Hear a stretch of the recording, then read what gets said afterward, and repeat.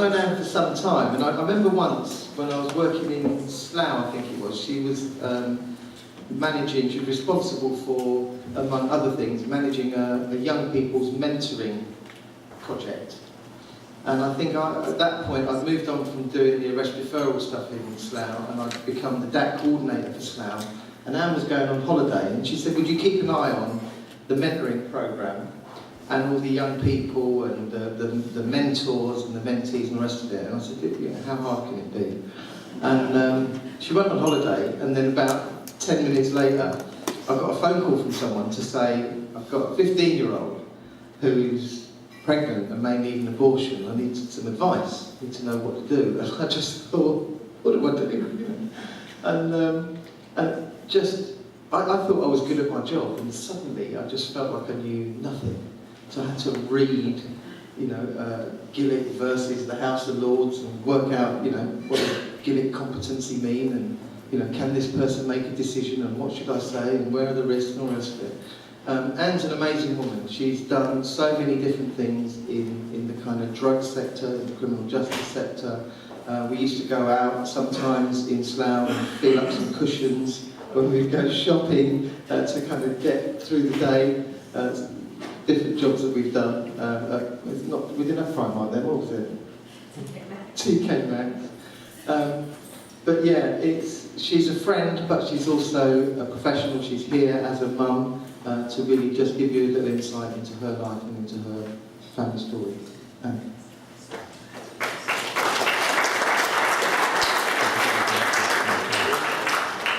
Thank you for saying that's very generous, I think, with you.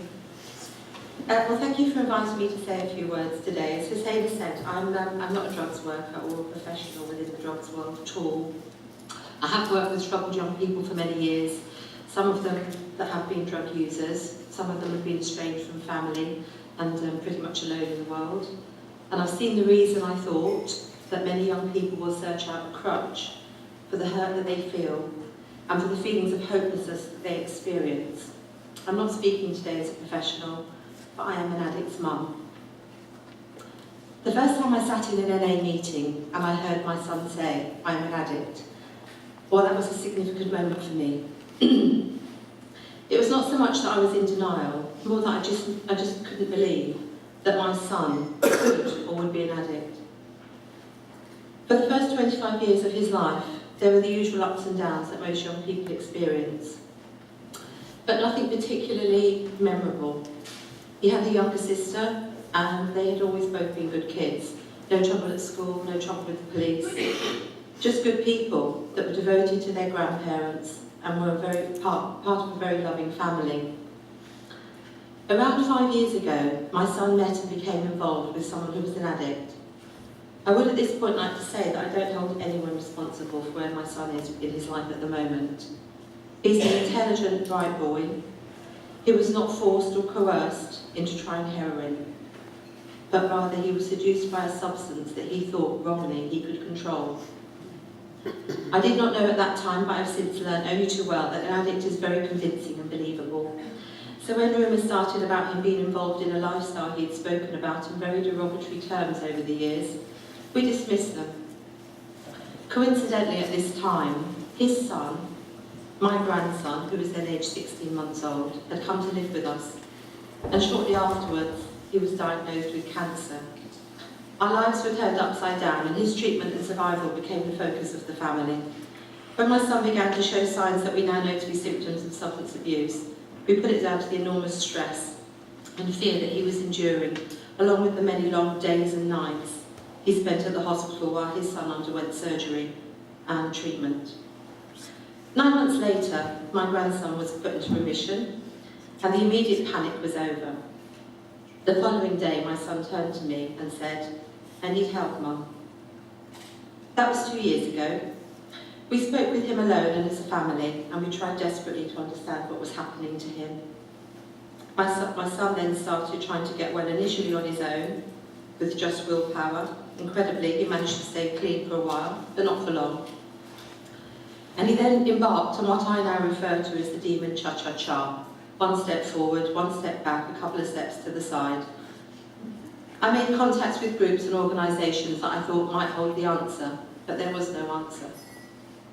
I did a lot of praying, talking, worrying and crying, lots of sleepless nights and despair, as I saw him falling deeper into a world that I could not and would not ever fully understand. I loved him and I hated him, usually at the same time. I saw the devastation and the hurt and the pain he was causing the very people that loved him so much. And I was helpless in stopping it. About 12 months ago, his addiction reached the lowest point, and I knew we had to make some decisions about all of our futures. I sat down with him and I asked him what he really wanted. He said, "I want to be well again, Mum."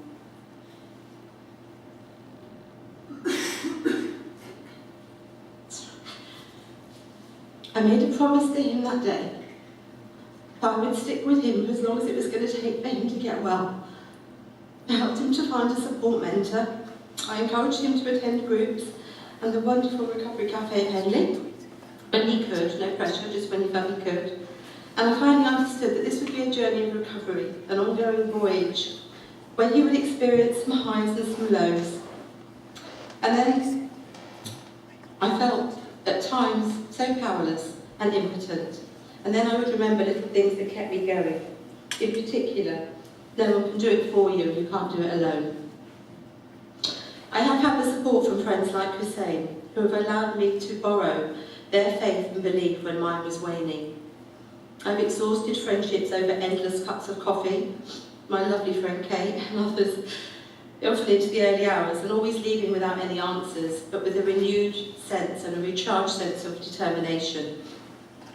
Probably most importantly, I'm so grateful to have kept the love of my family, and in particular, my amazing daughter, who has quietly but tirelessly been with me every step of the way.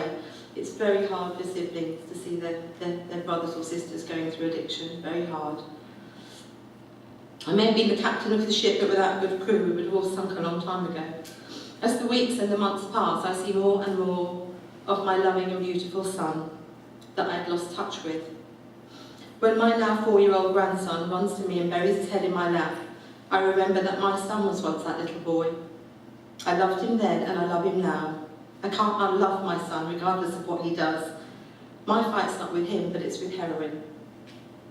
I've seen a big change in him, but I know the journey's only just begun. This has been the toughest journey that I've ever had to take, and I would wish it on no one. I will continue to do whatever I can for as long as I can. I don't profess to have any of the answers, nor do I suggest that I have always done everything right. On the contrary, I've quite often got it wrong. But I know that if all things go wrong, I can't push him away. I need to pull him closer, because that's when he needs to know that I won't let him fall. While the window of opportunity is open, I'll do everything I can to keep it propped open. I hope all of you who live or have lived with loved ones who have been affected by addiction can find the strength and the peace in whichever way you can. Thank you.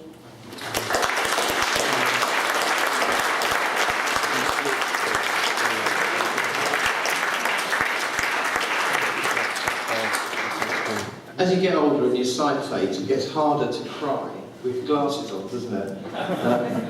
You'll find you sort of have to do that. I'm looking at Anne, she's sort of got her own things up there and trying to breathe and cry and pour outside all at the same time. What you don't know as well is that what Anne and some of the other folks from Maidenhead have done is they've opened another cafe in Maidenhead.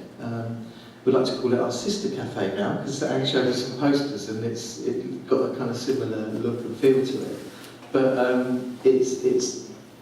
they're trying to do something for themselves and the people around them in Maidenhead, and we like to support that as well.